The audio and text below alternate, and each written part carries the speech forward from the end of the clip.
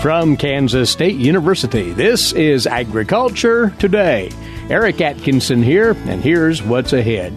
K-State's Mykel Taylor and Noah Miller will talk about using soil moisture measurements gathered via satellite as a predictor of local wheat price basis at harvest time. The economic model they've developed here can give you wheat producers information that would be useful in advance marketing your wheat.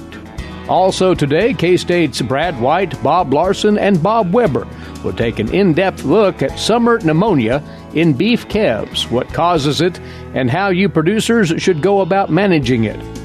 And further ahead, K-State's Charlie Lee talking this week about the variety of frogs and toads found in Kansas and why they may be under pressure from loss of habitat. All this and more next on Agriculture Today. While many people know hunger is an issue in developing countries, it is also a problem in our own backyards. In 2010, 1 in 7 Kansans struggled to put adequate food on the table. 2 K-State research and extension programs are tackling this problem. The Family Nutrition Program and Expanded Food and Nutrition Education Program reach thousands of Kansans in more than 70 counties. They learn how to eat healthy with a low budget. For more information about these programs, visit ksre.ksu.edu.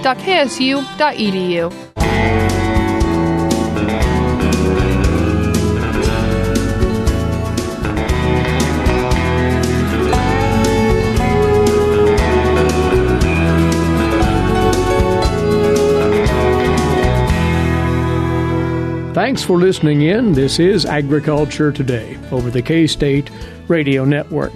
Well, the Department of Agricultural Economics at K-State at any given point in time is active in all different kinds of analyses and research ventures, and one of those we'll pick up on today will actually be highlighted at the 2019 Risk and Profit Conference here at K-State later on this month. It's intriguing by title. It looks at forecasting wheat price basis using soil moisture measurements. Now, how those two tie together, we'll get into that now with those individuals involved in this analysis. Mykel Taylor, agricultural economist at K-State, and a graduate researcher in the Department of Agricultural Economics, Noah Miller. So you have two variables that may not seem to connect, but they truly do, Mykel, as per this initiative, right? Right. So what we're doing is just looking at how something like soil moisture impacts production conditions and how that then filters back into local basis levels. When you say soil moisture, this is actual data that's collected in a precise manner somewhere along the way, then. Noah? Yes, it's collected by the European Space Agency. They have satellite information on locations within the United States going back to 1978. At a very precise level, at a local level, that is? Approximately at a 20-mile by 20-mile resolution, so quite fine. You're taking this information that's already banked, if you will, and then linking it, Mykel, to the likely output of a given wheat crop? What? Exactly. What we're trying to do is look at soil moisture conditions starting in September, August and September, when we look at planting, and trying to see whether or not if we have extremely dry or extremely wet planting conditions, if that affects the basis the following year at harvest. And so far, preliminary results are suggesting that yes, there is a tie-in to extremely dry or extremely wet weather conditions and what that means for the crop and how it's going to turn out the following spring when we get ready to start with harvest. So you two might elaborate on how you get to that basic observation that there is a relationship here. You must go through quite some connecting of the dots with the data. Yes, so we for each elevator location, we obtain the soil moisture data, and then we tie it to a basis price that was observed at the end of a season in a particular year. And then we go back and we run an experiment in which we try to forecast previous year's basis prices using or including that soil moisture data we collected. And you are looking at historical basis prices at that given location? Yes, it's historical basis prices. It's the basis for July delivery in the last week in June for any year. And then we're tying that to the observed soil moisture for that previous marketing year, starting in September.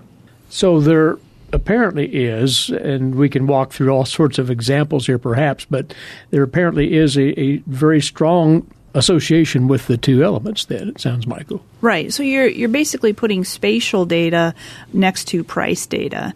And what we seem to know is that farmers tend to know whether or not their planting conditions are, really dry, really wet, or normal. And that tells them something about what they expect that crop to look like. And then coming out of, the winter hibernation of the crop, we also care about how much we get for spring rain and those weather conditions, soil moisture conditions, as we, work our way into being ready for harvest. Mm-hmm. And, oftentimes we're trying to figure out whether or not we're looking at a strong or a weak basis as we make decisions about forward contracting. And this is a related analysis that would tell me, okay, it looks like basis is going to be strong next spring, so maybe I'll hold off on forward contracting, or perhaps I'll get in as soon as my local elevator starts to offer that option. Mm-hmm. So it's again trying to bring it back to a marketing decision that a producer would make, as opposed to necessarily trying to, we're not trying to forecast futures prices or anything like that, but get it down to a localized level that would help any farmer that would be in the vicinity of that elevator. Mm-hmm. And we have about 480 elevators that we're looking at. So that really canvasses the state, it sounds. You've got that deep of a data set here to work with. Yes, we have 483 elevators for all 14 years of our study, 2005 to 2018. Now, soil moisture obviously is one impactful component on wheat productivity, wheat yields. Other things going on out there, as you both know, and one of those would be temperatures, which are extremely critical, particularly in the latter part of spring when growing winter wheat for the completion of that head fill. So is that variable going to be looked at in a similar fashion as soil moisture has been within the context of what you're doing? Yes, that is the plan. We are collaborating with Ignacio Ciampitti on this project because you really can't trust ag economists to know what's going on when it comes to plant genetics and all those kinds of things. So it's better if we bring in an agronomist, right?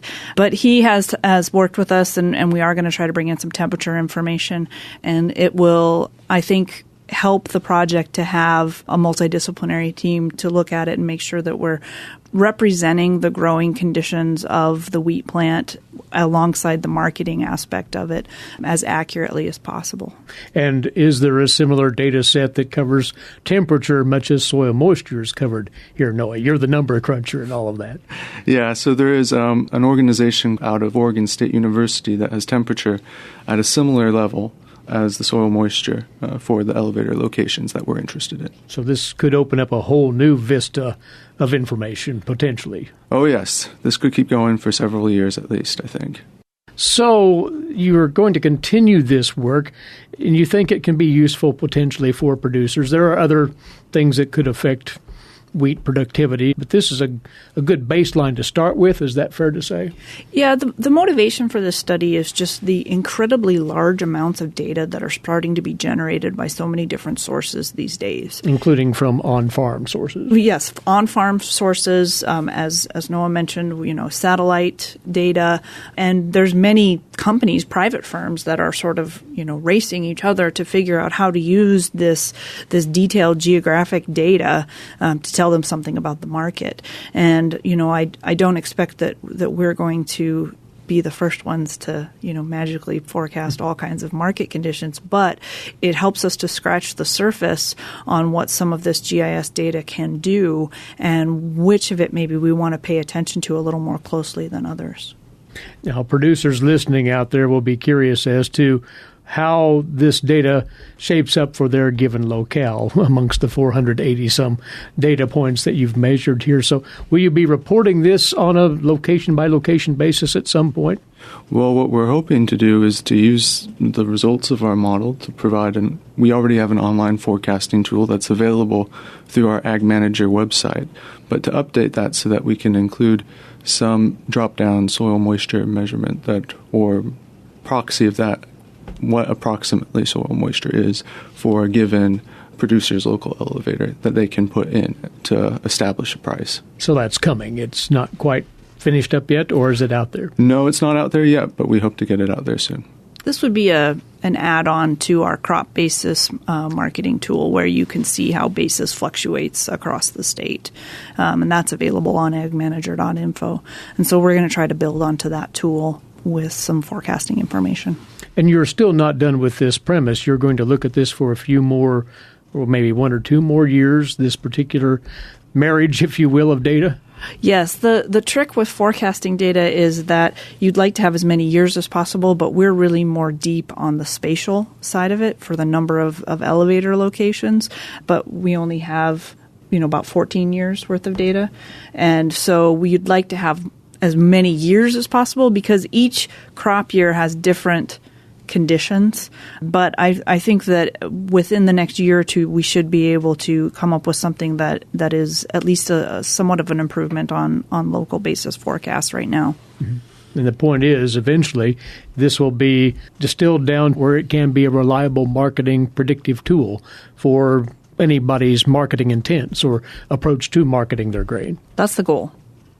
You'll be sharing this information at Risk and Profit Conference as part of a breakout session? Yes, in 2 weeks' time.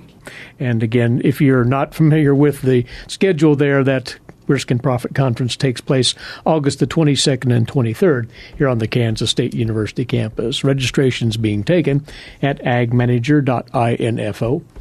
This is a highly interesting study. Looking forward to hearing more about it.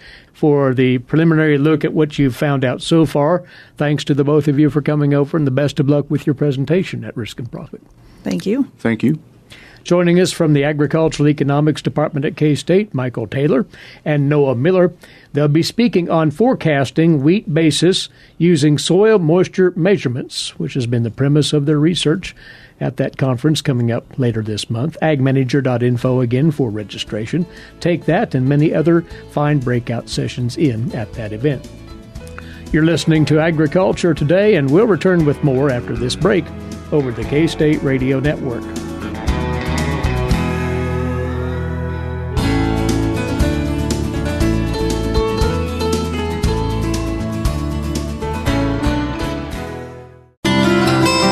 For 25 years, K-State Research and Extension's Kansas Agricultural Mediation Services has been providing a no-cost, confidential place to call in and visit with an agricultural lawyer. Our experts are available to help you producers handle legal and financial issues.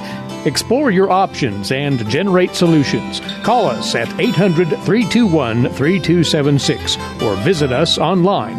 Kansas Agricultural Mediation Services.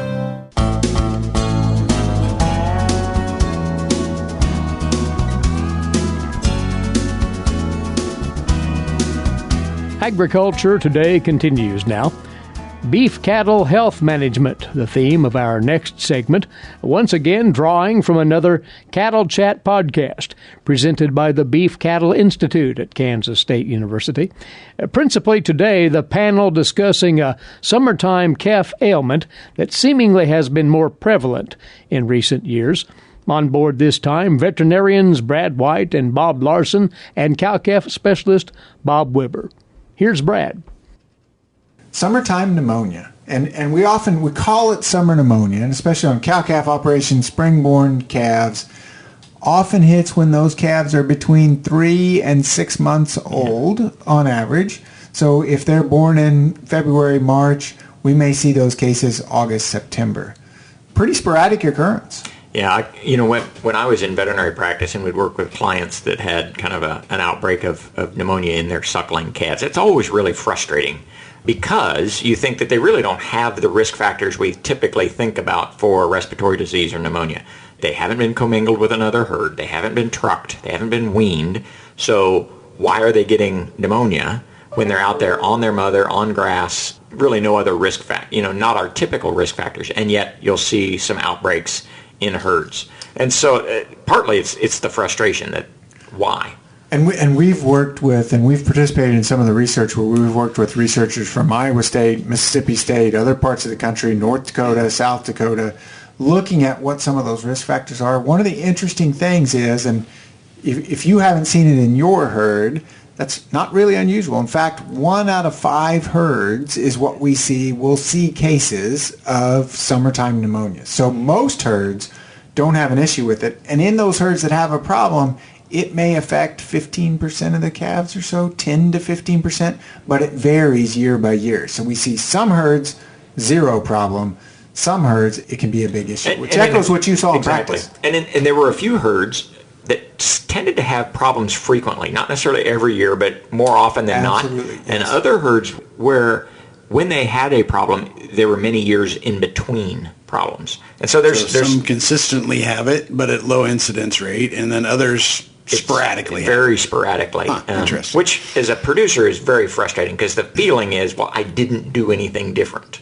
We didn't change our management. Why did we have an outbreak this year when we haven't in past years? Yeah, and part of it is to consider at the age, those calves, because we've talked on this podcast before about the importance of getting that colostrum because that's going to give them their first immunity, and that immunity is going to last between 3 and 5 months, which coincidentally is when we start to see some of these pneumonia cases. And maybe that's why it's so frustrating is you can do everything well. The calves were born well, they got off to a good start, got a good intake of colostrum, but just because of the way that passive immunity, the immunity they got from their mother, declines over time. It doesn't stay high forever, it declines.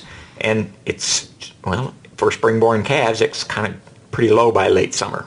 So is this, in some cases then, these calves likely would have been vaccinated at 2, 3, 4 months of age, and they failed to develop their own immunity. A lot of of a them, vaccine. That's a good question. A lot of them haven't been vaccinated at 2 to 3 months of age. So one of the real questions is kind of that branding age or pasture turnout age vaccination helpful to prevent some of this summer pneumonia? And I would say that's logical. It probably helps, but we don't have as strong a data as we would like to say. There'd be, maybe more Western ranches that brand before they do summer turnout would vaccinate calves at that point. Many others they would wait until they kind of precondition them for weaning. So you're past the summer pneumonia time, and so there's maybe this little immunity gap. And that's part of the issue is there's an interplay too between the immunity that they get from their mother, which is going to last that 3 to 5 months, but I may want to do the branding or pasture turnout vaccination would be at less than that 3 to 5 months. They may not respond to that the same way as they do when they're a little bit older. Yeah. We've seen, and Bob mentioned, and I think great point, not a lot of great research on how well does that early vaccine prevent summer pneumonia, but there is starting to be a good amount of literature on if I vaccinate them and do it well, even at a young age, I can get some memory response that follows through. So you can see that even to weaning. So it does make logical sense that might help us in the pneumonia case. The other thing I would say is if we're vaccinating and we had some calves that didn't get as good of maternal immunity or aren't as protected, that would help them as they go through that immunity gap, because that's one of the concerns. But this is on the presumption that A, it's an infectious agent that's causing this, and B, it's an infectious agent that we're actually vaccinating for. Well, which we don't know the answer to either one of those. I was going to ask what are the typical organisms that are the usual suspects, or are we focused in on mycoplasma? The problem is, the best information we have as far as I'm most certain that we found it is in the calves that die, which is a relatively small percentage even of the ones that get sick. Of the ones that die, the surveys that I've seen coming out of diagnostic labs are the typical bacterial pathogens you'd expect to see, Mannheimia hemolytica and Pasteurella multocida, with probably a little bit more likely to be Pasteurella multocida in this age calves. But those are the same bacteria we see in feed yard calves that get pneumonia. And I'm not convinced necessarily that, because Brad was saying that maybe this is really set up by dust and other environmental factors, that the viruses and bacteria are players, but they're not as important as maybe they are in feed yard. I don't know that we know. I'm going to assume that the viruses and bacteria that we typically associate with respiratory disease are important in these young calves. But these cases can be a little bit different than what we might see in a feed yard or stocker calf, in that case presentation, they can go from looking pretty normal to very sick very quickly, high fever. In outbreaks that we see on ranches, you may have a relatively high morbidity in a short period of time, but with a pretty low mortality. So we see a lot of them, high fever, a lot of them sick, not a lot of them die. And that may be kind of viral problems that Sounds don't get viral, a bacterial. yes. But it's kind of hard to prove that unless I'm allowed to euthanize some and go get the samples, and I don't get that opportunity very often. In which case, if you start don't let euthanizing you? them, then you've made the problem not better. Not better, yeah. So I'm suspicious that sometimes these mortality rate goes up dramatically in those cases. So that's why I'm okay with not absolutely knowing what's causing this, because I may not know, but I'm going to say it's probably some of the typical viruses with the potential for the serious cases to include a bacterial component. So So treatment. follow on, good thing to do is try to avoid that immunity gap. If I see it, try to figure it out early. Work with my veterinarian to figure out, do we want to come in and vaccinate the rest of the group? Do we want to treat individuals? Do we want to treat the group, depending on the size, scope of the outbreak? Those are some of the things we'd look for, which leads us directly to our Cattle Chat checklist today is, what are the top risk factors for summer pneumonia? All right, so number 5 is herd size. Larger herds tend to have more likely to BRD or respiratory disease problem. Number 4 is what we'll call calf concentration. So some of the things that bring those calves together in a confined area. And it could be something like creep feeders. It could be something like management procedures, whether it's AI, intensive grazing, but things that we do that bring those calves together.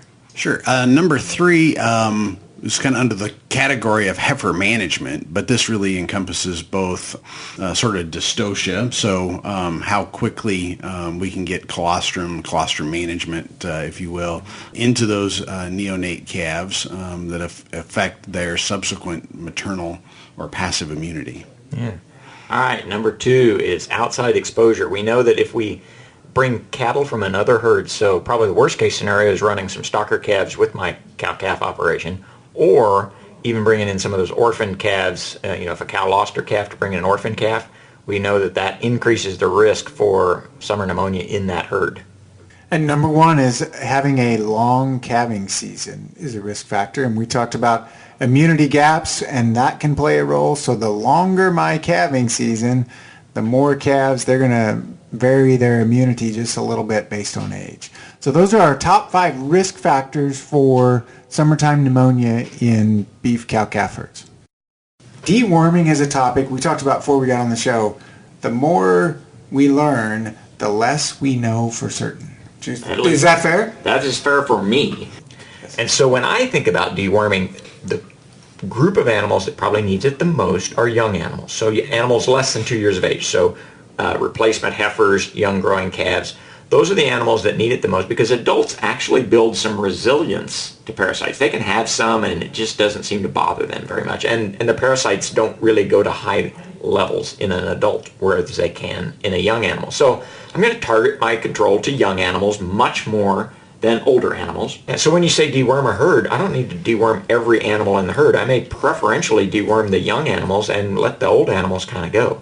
And are you talking about cow-calf operations, or are you talking about stocker operations? So those all matter in a discussion about deworming. That from K-State's Bob Larson, Brad White, and Bob Weaber of the Beef Cattle Institute at K-State. Their weekly podcasts can be found at beefcattleinstitute.org. Again, that is beefcattleinstitute.org. And you're tuned to Agriculture Today. We'll return with much more shortly on this, the K-State Radio Network. Did you know every Kansas farmer feeds 128 plus people? Kansas farmers are hard workers, dependable, authentic, and sensitive. Not only do farmers put food on your table, but they put clothes on your back and fuel in your car. For more information about Kansas farmers, visit K-State Research and Extension online or stop by your local extension office. This message has been brought to you by the K-State Animal Sciences Leadership Academy participants.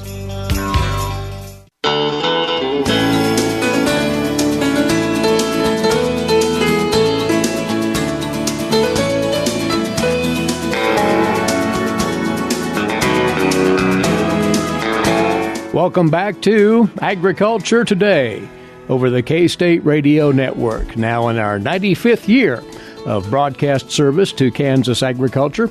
Eric Atkinson with you as we turn to today's agricultural news headlines. Now, courtesy in part of DTN. And beginning with the status report on crop conditions in Kansas out for this week from the USDA. For the week ending this past Sunday, our topsoil moisture supplies were at 4% surplus, 56% adequate, 40% short to very short. Subsoil moisture, 4% surplus, 70% adequate, and 26% short to very short. The condition of the corn crop in Kansas, 54% good to excellent this week, 33% fair, 13% poor to very poor. Corn silking, now at 85%. Corn in the dough stage at 39%. That's behind the 50% average. Corn in the dent at 9%. That's equal to the average for the date. The soybean crop in Kansas, 49% good to excellent, 41% fair, and 10% poor to very poor. Soybeans blooming, now at 56%, well behind the 77% average. And beans setting pods at 22%, well behind the 43% average.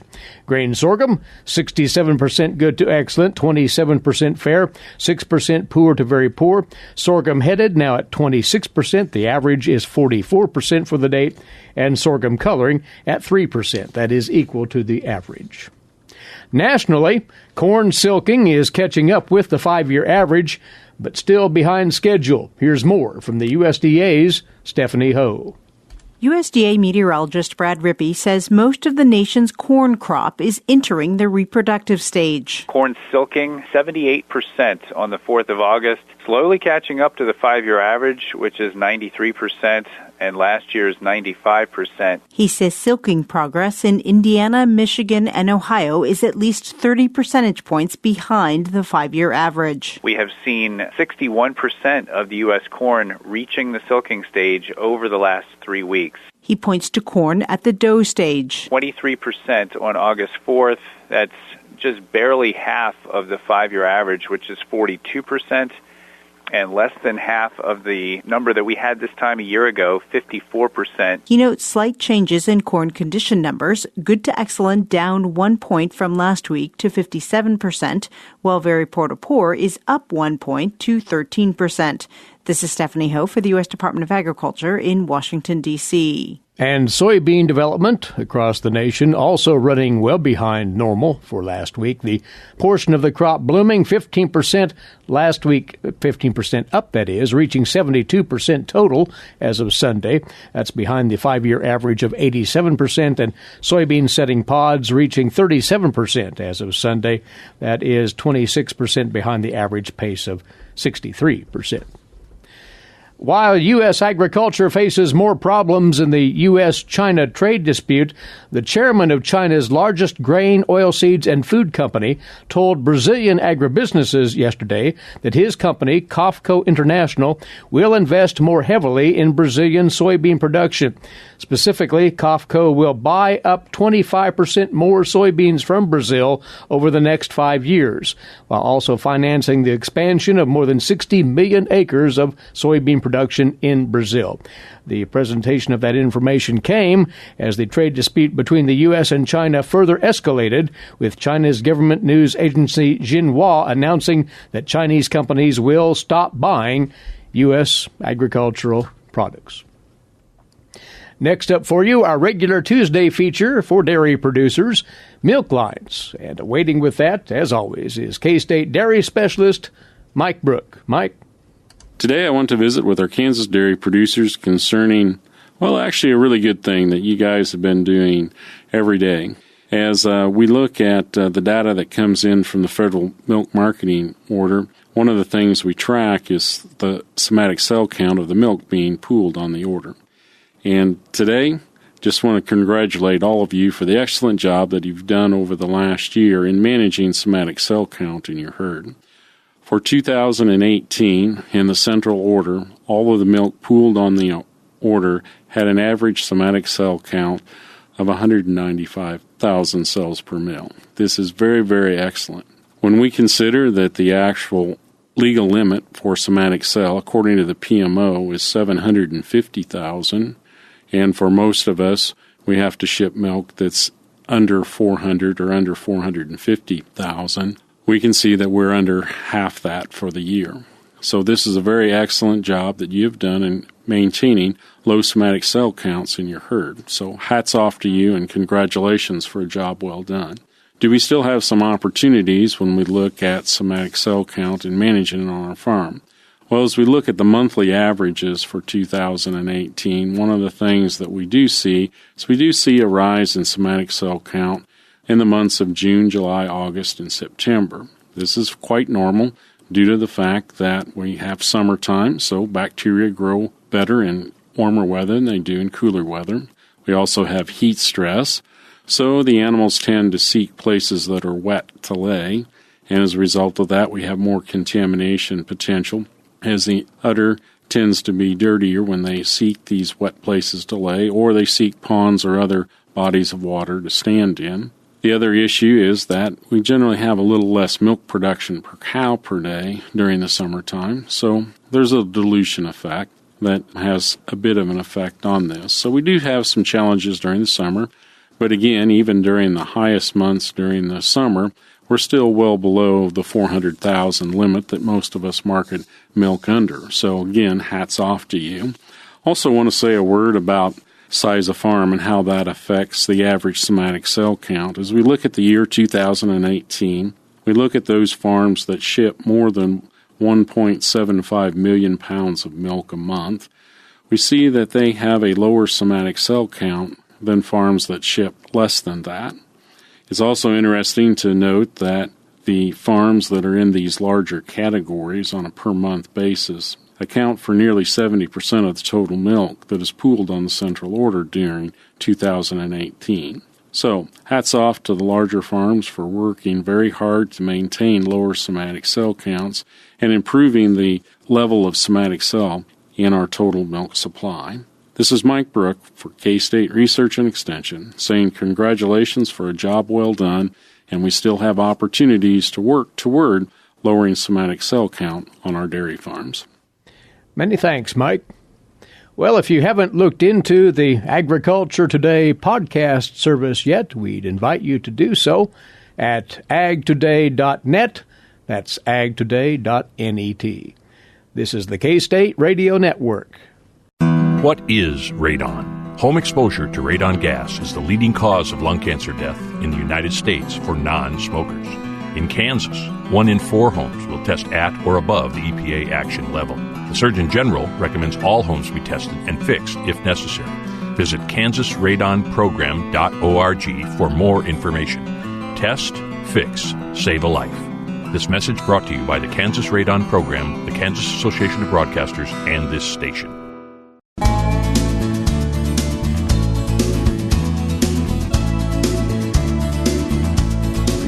For you now on this Agriculture Today, our weekly look at wildlife management, featuring wildlife specialist Charlie Lee of K-State Research and Extension.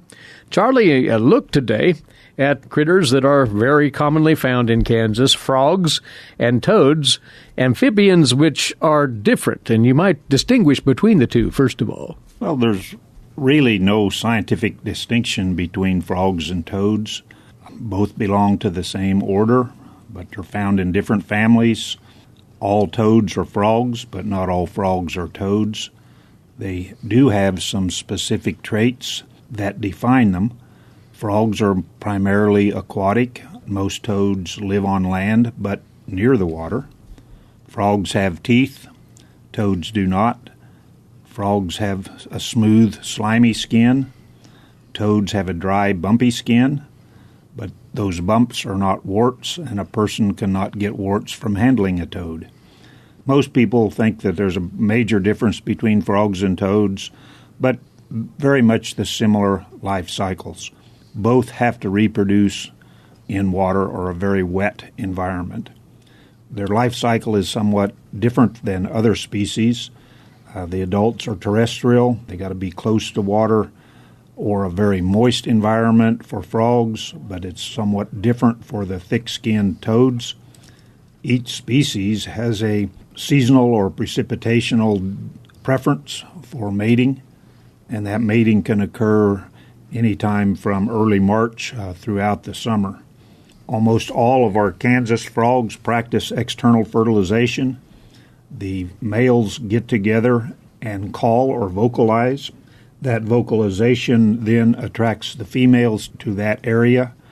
The female selects a mate, lays the eggs in water, and the males then fertilize those eggs immediately. During the life cycle, then that transitional stage from egg to adult in Kansas frogs is generally known as the tadpole or pollywog. There's a lot of differences between those physiologically and the adults, but during that change or transformation of metamorphosis from a aquatic environment to a land-dwelling environment, some very unique and rapid changes take place. Sometimes that can take place in a couple of weeks, but that life cycle and transformation may take more than 2 years in the bullfrogs. So there are some local conditions that cause that variation in the time occupied as a larval stage, and really the size of that individual kind of depends in part on the length of that larval period. But they are prolific, is the point here. They can be found readily in Kansas, and there are numerous varieties, if you will. Well, we could group them in families in Kansas. One of the unique families would be those that are in the spadefoot toad family. They have a hardened tubercle, almost like a claw, on a hind foot that's used for digging. Those toads live where the soil is texture that they can easily dig in it, and they spend a considerable portion of their year underground. In wet seasons, then those toads come out above ground, concentrate in temporary water sources, and vocalize, and starts the reproduction cycle again. We've got the Bophonidae. Those are the true toads. Those are the ones that have the skin that's rough, thickened skin. It's covered with those glandular warts. Often those would be the biggest toads that you would see away from the water. They're second in size to the bullfrog, but that's in a separate family, the Ranidae family, where we would have bullfrogs and leopard frogs. Those both have almost statewide distribution. We also have tree frogs. Those tree frogs have toes that expand at the tips that form suction pads to help them in climbing, but there are some species that don't climb, like the cricket frogs and chorus frogs that also have a very wide distribution in Kansas. And then finally, the last is a Microhylidae family, and that's the ant-eating or the narrowmouth frogs. That's the western narrowmouth frog is found throughout much of the state, except maybe in the northwest part. It actually sounds like a sheep and has a call that might last up to 5 seconds. Where its range overlaps the Texas brown tarantula, they're often found together, often under the same rock, and often we're going to be consuming ants. It seems like all of these species, frogs or toads, seem to be thriving in Kansas. Are there any threats inherent here? Well, there are a lot of threats to not just frogs and toads, but to other amphibians. It starts with habitat change or degradation from pollution. That pollution can come from a lot of different sources. Here in Kansas, we look at pesticide, herbicide runoff, and some of those impacts to frogs and toads. There's also some threats from invasive species. Invasive species can outcompete some of the native species, so that's considered a threat. Climate change is considered a threat. And then there's a new fungus, chytrid fungus, that was discovered in 1999. It infects the skin, makes the skin thicker and harder, and it's actually, this fungus has been spread worldwide and is infecting other amphibians besides just frogs and toads. It makes it more difficult for the frogs to breathe and to drink, which they do through their skin. So are they deserving of conservation attention, although they seem to be abundant? Well, you could look at them as sentinel species. They're kind of reflecting what's going on in the environment. They certainly can highlight the importance of wetlands environments. They serve a role in our natural habitat as both predators and prey within the food chain. Actually, the tadpoles are very good at eating algae and can prevent algae in some ponds from forming those blooms that people call about. So, yes, I think they're a species that deserve a lot of respect and attention. Unfortunately, we just seem to kind of take them for granted, but they're a species that probably is deserving of a little more research than what they get. Well, hopefully folks today have learned a little something about frogs and toads and their importance in the ecosystem. And we appreciate the word on them, Charlie. Thanks for being by once more. Wildlife Specialist with K-State Research and Extension, Charlie Lee. Well, that closes out today's edition. And as always, we do appreciate you being along with us. Please be back here this same time tomorrow, won't you? Until then, Eric Atkinson bidding you a good day for Agriculture Today. This is the K-State Radio Network.